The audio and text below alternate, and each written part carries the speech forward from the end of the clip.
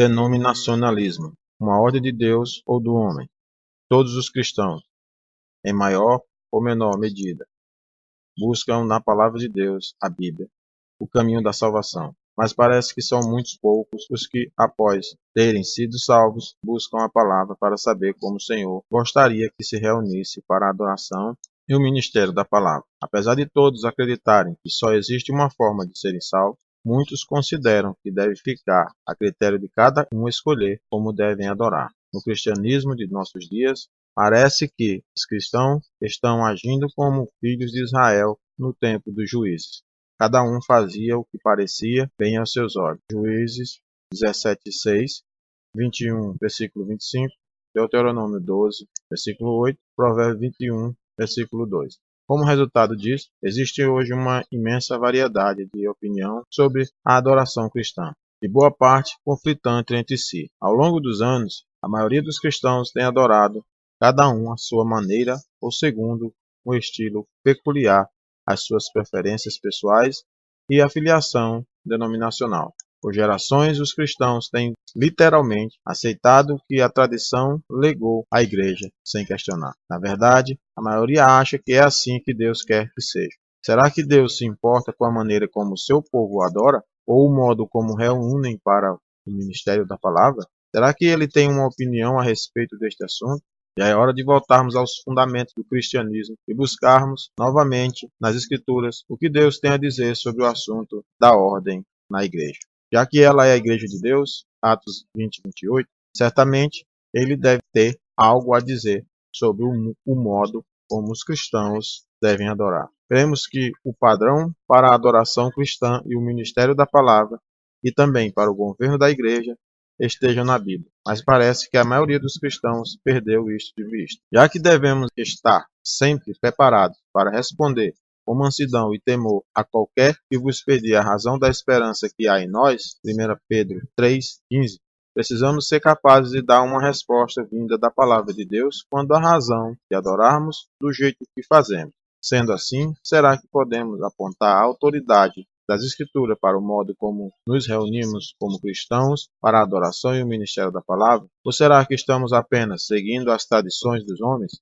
A fim de estimular nossos pensamentos, ao longo dessas linhas, faremos algumas perguntas como desafio a todos os crentes quanto à autoridade bíblica da sua forma de adoração.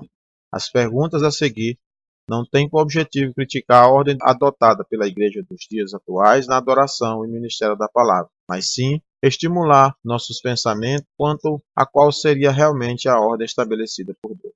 Um desafio ao fundamento bíblico cristianismo denominacional. Número 1. Que autoridade nos dá a palavra de Deus para estabelecermos igrejas denominacionais ou não denominacionais em meio ao testemunho cristão, quando as Escrituras condenam a criação de seitas e divisões entre os crentes? 1 Coríntios 1:10, 3, 11, do 18 ao 19. Número 2. Com que autoridade vinda de Deus os cristãos denominam suas assim chamadas igrejas como presbiteriana, batista, pentecostal, aliança, cristã reformada, anglicana, etc., quando não há na Bíblia instruções para nos reunirmos em qualquer outro nome além do nome do Senhor Jesus Cristo?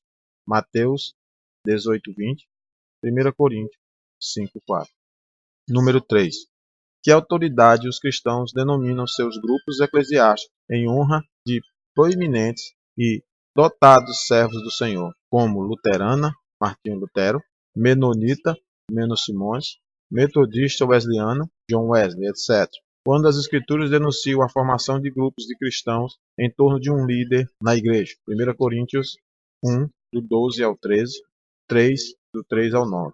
Número 4. Que autoridade os homens receberam de Deus para estabelecerem essas igrejas segundo distinções nacionais, como igrejas da Inglaterra, irmãos metonitas chineses, igreja ortodoxa grega, batista filipina, igreja de Deus alemã, etc., quando as Escrituras nos dizem que não existem distinções nacionais ou sociais na igreja de Deus? Colossenses 3:11. Número 5.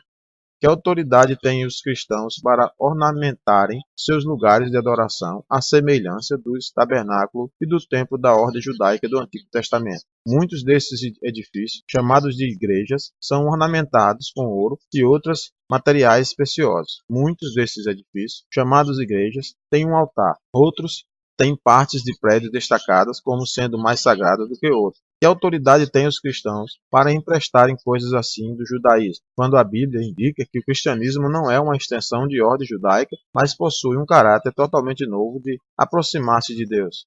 Hebreus 10, 19 ao 20, 13, versículo 3, João 4, do 23 ao 24.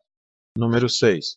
Acaso existe qualquer fundamento da palavra de Deus para a existência de campanários, cruzes e outras coisas que são construídas nessas assim chamadas igrejas? Número 7. Será que existe qualquer base na palavra de Deus para chamar esses edifícios de igrejas? A definição bíblica de igreja é de uma reunião de crentes que, pelo Evangelho, foram chamados para fora, tanto dentre os judeus como dentre os gentios, e são unidos em um único corpo a Cristo, sua cabeça no céu, pela habitação do Espírito Santo. Atos 11, 22, 15, 14, 20, 28, Romanos 16, 5, 1 Coríntios 1, 2, Efésios 5, 25.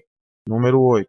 Que autoridade as Escrituras dão para se colocar um homem na igreja chamado de ministro ou pastor para conduzir a adoração? As Escrituras ensinam que o Espírito de Deus foi enviado ao mundo para guiar a adoração cristã. Filipenses 3, 3, João 4, 24, 16, do 13 ao 15. A Bíblia indica que é o Senhor, por intermédio do Espírito Santo, quem preside na Assembleia dos Santos e dirige o procedimento do modo como lhe apraz. 1 Coríntios 12, 11, Filipenses 3, 3. Número 9. Com que autoridade das Escrituras os cultos de adoração nessas igrejas são organizadas com antecedência? Em algumas se costuma distribuir um programa descrevendo a ordem como se dará a adoração naquele dia em particular. Número 10. Com que autoridade das Escrituras esses cultos nas igrejas são chamados de adoração, quando eles geralmente se constituem de apresentações musicais e de um homem ministrando o sermão? Número 11. Que autoridade o Novo Testamento dá para se utilizar instrumentos musicais na adoração cristã? A adoração cristã é aquela produzida no coração pelo Espírito de Deus, e não por meios mecânicos através de mãos humanas. Atos 17, do 24 ao 25. Número 12. Com que autoridade das Escrituras são repetidas orações escritas previamente e impressas em livros de oração durante as reuniões da igreja? A Bíblia diz que não deveríamos usar de vãs repetições em nossas orações, mas que estas deveriam ser nossas próprias palavras saídas do coração. Mateus 6, versículo 6 ao 8, Tiago 5, 16, Salmos 62, versículo 8. Número 13. E autoridade há para se ensaiar os salmos nos chamados cultos de adoração, quando os salmos expressam os sentimentos de pessoas que não estavam sob o fundamento cristãos e nem conheciam os privilégios cristãos. Número 14. Porque a maioria das igrejas celebram a ceia do Senhor uma vez por mês ou a cada 3 meses, quando o costume da igreja nas Escrituras, inicialmente estabelecido pelo ministério de Paulo, era de se partir o pão a cada dia do Senhor. Atos 20, versículo 7. Número 15. Que autoridade há nas Escrituras do Novo Testamento para se designar um coro de cantores treinados para ajudar na adoração cristã? Número 16. Que autoridade há nas Escrituras para o uso de vestimentas especiais durante os cultos de adoração cristã? Os corais costumam estar vestidos assim e, dependendo do lugar, o ministro também usa uma vestimenta característica. Número 17. Que autoridade tem essas igrejas para permitir que mulheres preguem e ensinem publicamente, quando a Bíblia diz que o papel das irmãs não é uma atuação pública na igreja, seja na administração, seja no ensino e pregação? As Escrituras dizem que elas devem permanecer em silêncio na Assembleia. 1 Coríntios 14, do 34 ao 38. 1 Timóteo 2, do 11 ao 12. Número 18. Que autoridade há para as mulheres dessas igrejas orarem e profetizarem, ministrarem a palavra com suas cabeças descobertas, quando a palavra de Deus diz que deveriam cobrir as cabeças? 1 Coríntios 11, do 1 ao 16. Número 19. Que autoridade as Escrituras dão para permitir que apenas certas pessoas, como pastor ou ministro, se ocupem do ministério da palavra de Deus? Porque não há liberdade nessas igrejas para todos os que forem capacitados, ministério guiado pelo Espírito Santo. A Bíblia ensina que quando os cristãos se reúnem em assembleia, todos os varões devem ter liberdade para ministrar conforme o Senhor guiá-los por intermédio do Espírito. 1 Coríntios 12, 6, o 11, 14, 24, 26, 31. 1 Coríntios, capítulo 12, versículo 6, versículo 11, 14, versículo 24, 26 e o 31. Número 20. Que autoridade as Escrituras dão para apoiar a ideia de que uma pessoa precisa ser ordenada para estar no ministério? Não existe na Bíblia um pastor, mestre, evangelista, profeta ou sacerdote que tenha sido ordenado para pregar ou ensinar. As Escrituras ensinam que o simples fato de uma pessoa possuir um dom espiritual é sua garantia para usá-lo. 1 Pedro, capítulo 4, versículos do 10 ao 11.